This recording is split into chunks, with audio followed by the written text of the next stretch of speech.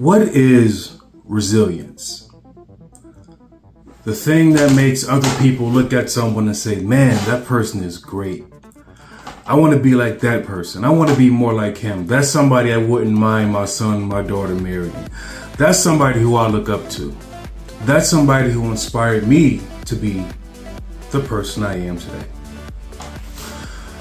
I like to share my story of resilience and why you should hire a combat veteran to be your next speaker.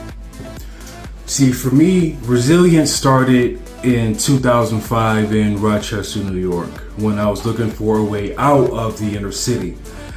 And I was riding the bus home one day and I pulled the cord and I walked through these set of doors and I found it in the United States Army. I walked into that recruiting office and I said, hey, I want to join the Army. And they all looked at me, the 17-year-old black kid from the hood who just walked in and said, I want to join the Army during a time of war. And resilience started for me then when they sat me down and they gave me a practice ASVAB, the entry exam to get into the military. And I failed it. And they told me, if you want to get better, you need to study this material and then come back when you're ready. I told my recruiter I was ready. After studying for about a month and a half, I selected my MOS, a 19 Delta Cavalry Scout, went to Buffalo to take the ASVAB, and I failed it. Resilience was being in 12th grade, not being able to pass 9th grade algebra, but the Army was the only thing that I ever wanted that I had to work hard for. And I told myself, I'm going to pass this math. I'm going to pass this 9th grade algebra so I can join the Army as a Cavalry Scout. See, resilience is knowing that this Cavalry Scout MOS, a 19 Delta, is very dangerous, literally going behind enemy lines and collecting information that we've gained from the enemy, but not being afraid to do that.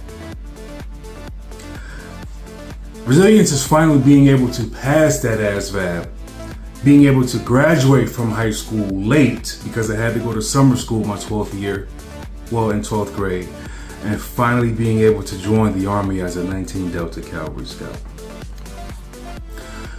Then, being removed from the comfort of my hometown and dropped into the real world where nobody shares your beliefs, nobody looks like you, nobody shares your culture, your beliefs, or your values.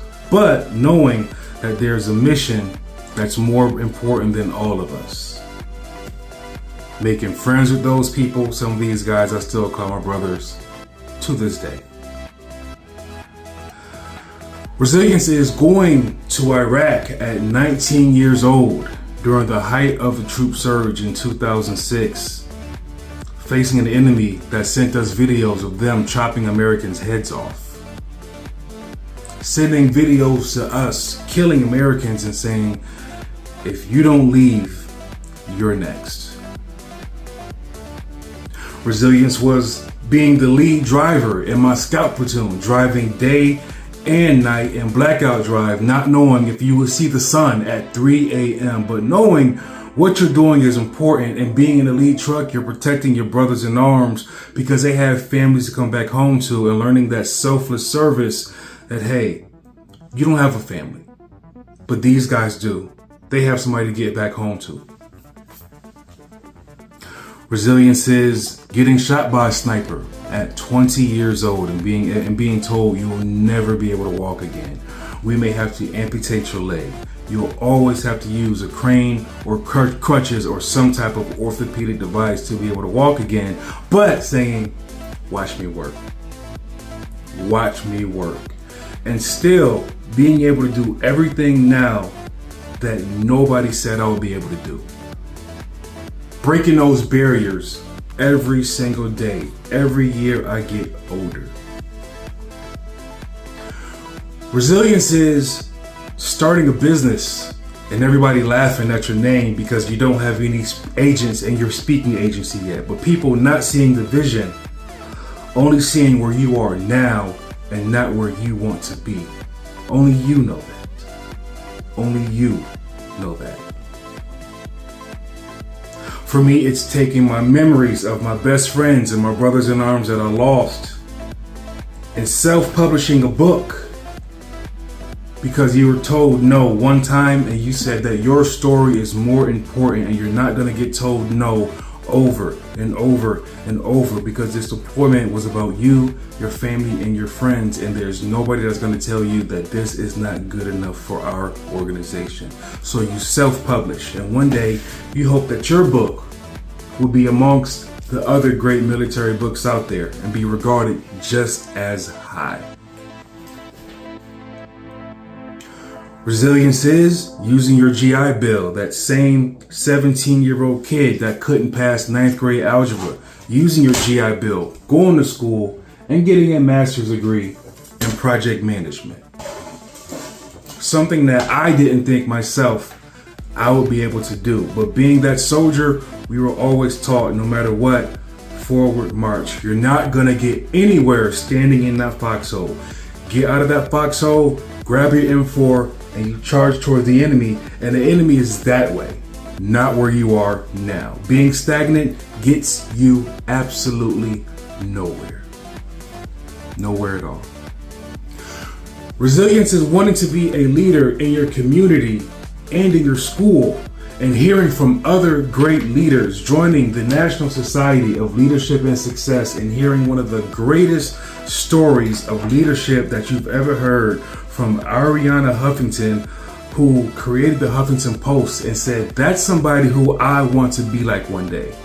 And then using your education to pitch to the Huffington Post and actually getting an article in that online magazine. That's resilience, because nobody's going to tell you no. Resilience is learning from other great leaders, like I did in the military, and snatching little pieces from all of them and putting them in your toolbox so you can be a better leader in your family and in your community. Resilience is creating a YouTube page and you being the only one behind your entire business, and finding out the content that people love to share and view and create that and watch your page slowly grow over time.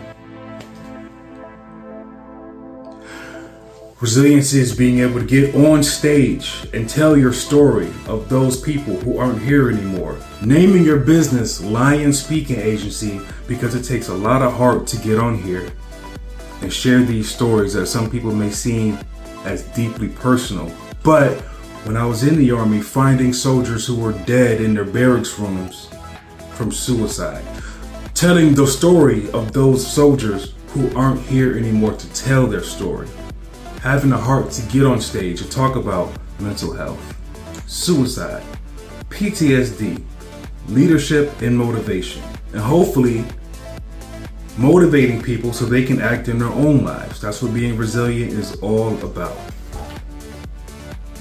And I would love to bring all of these skill sets and these talents and these stories to you and your organization. For more, visit me at www.dkendrickjr.com and let's talk about me talking for you.